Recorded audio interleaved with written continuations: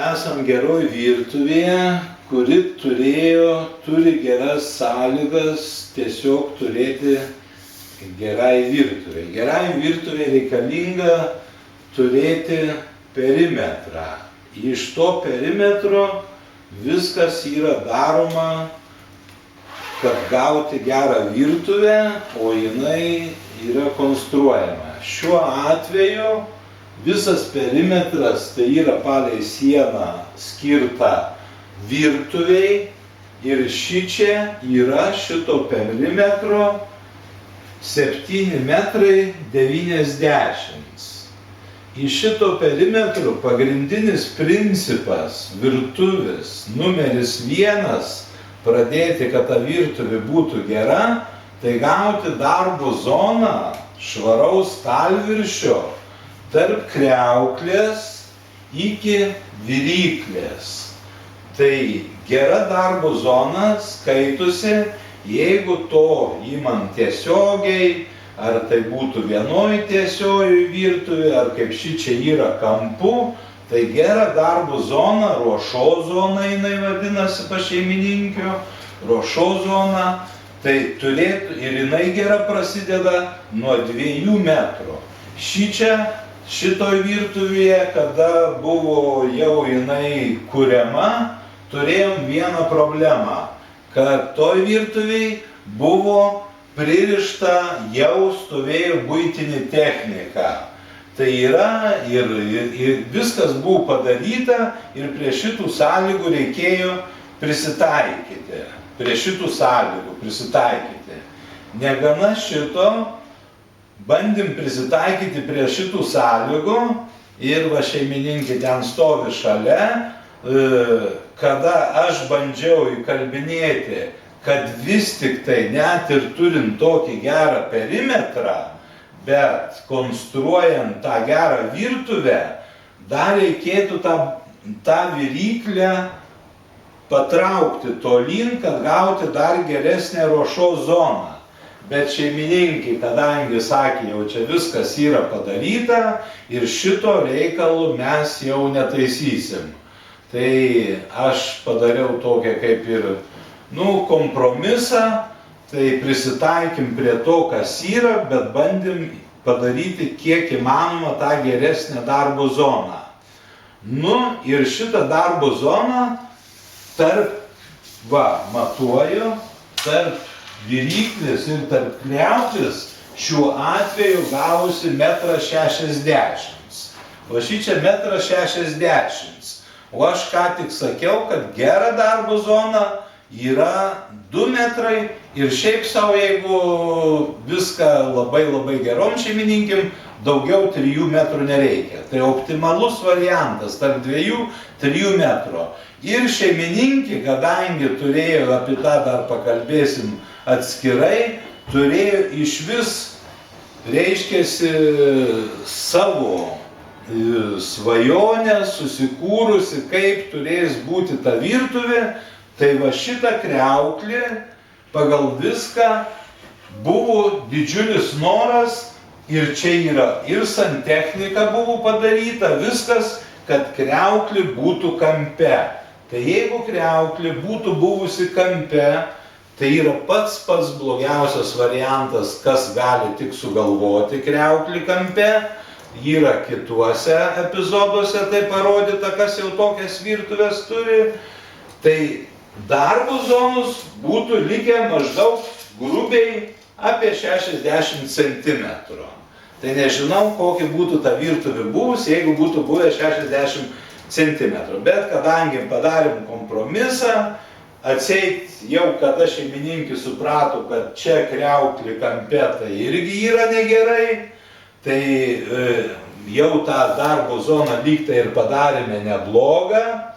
Bet šiandieną, jau turbūt kiek metai laiko, kai ta virtuvė čia stovi, tai va, šeimininkė po metų laiko dabar jau sutiktų, kad aš būčiau nedaręs tokios išlygos ir darbo zoną dar būtumėm pratęsę, nes labai gera šeimininkė yra, ruošia, augina namuose vaikučius, tai dar tos darbo zonos nėra per daug.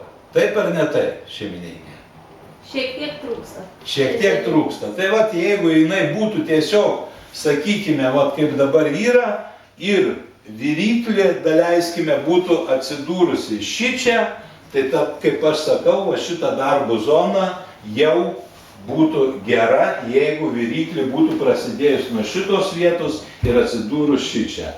Nors šiaip pažiūrėjus, atrodo, čia visko pakanka, bet kada reikia gyventi, aš viską žinojau iš anksto, o šeimininkė čia buvo šokę su mano visais tais išpasakojimais, nes buvo kriauklė, kaip sakiau, kampė nuplanuota, tai čia būtų buvus ne virtuvė, o tragedija. Tai numeris 1, planuojant santechniką, oro kanalus garintuvui, kur sudėlioti, tai reikia žiūrėti, kad kriauklė nuo viryklės, kiek įmanoma, kaip aš sakau, kad gera darbo zona prasideda nuo 2 metrų, bet daugiau 3 metrų nereikia.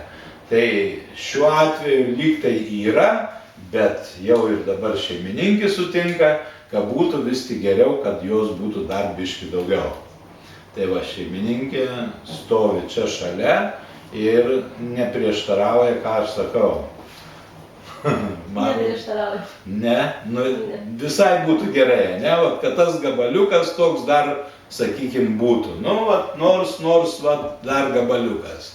Nes kada dabar čia nevyksta maisto ruošimų, geros šeimininkės ruošimų, kuri ruošia, o ne tik tai kavą ir konjaką geria namuose.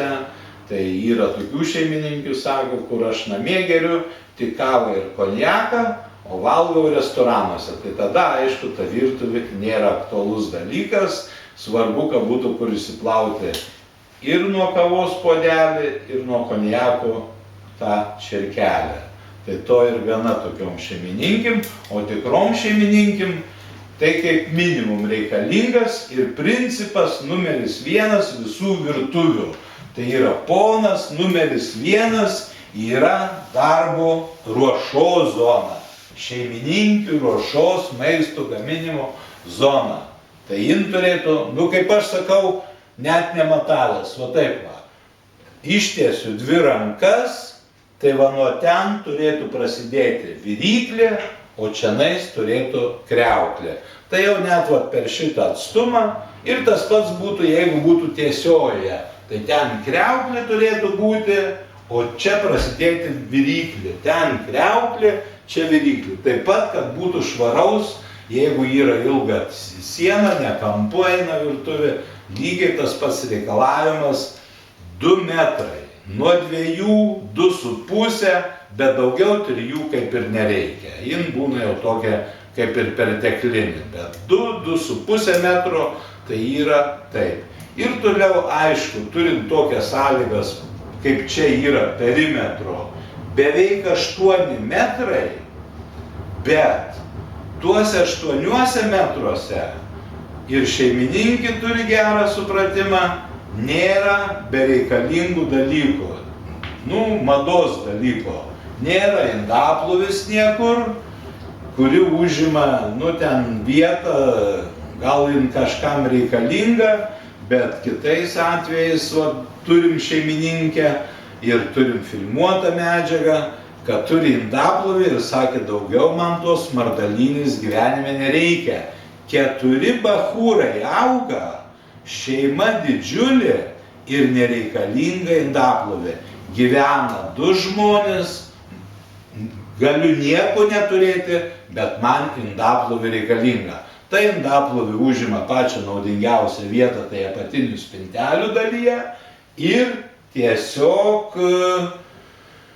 nebelieka kam indaplovė, jeigu toj virtuvė nėra kur laikyti. Nei kruopų, nei indo, nei nieko, o indaplovė yra. O kada yra indaplovė, apyvartoje turi suktis ne mažiau 3 kartus daugiau indų, juos reikia turėti kur laikyti, reikia turėti kruopų, reikia turėti prieskonių, reikia turėti šeimininkim visko, o indaplovė yra. Ir jinai yra tada jau ne kaip padėjėjas, o kaip priešas šeimininkio.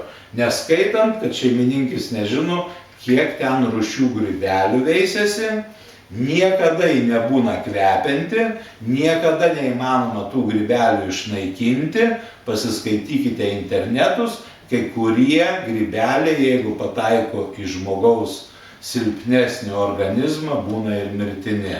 Taip rašo apie juos. Tai va, gerai.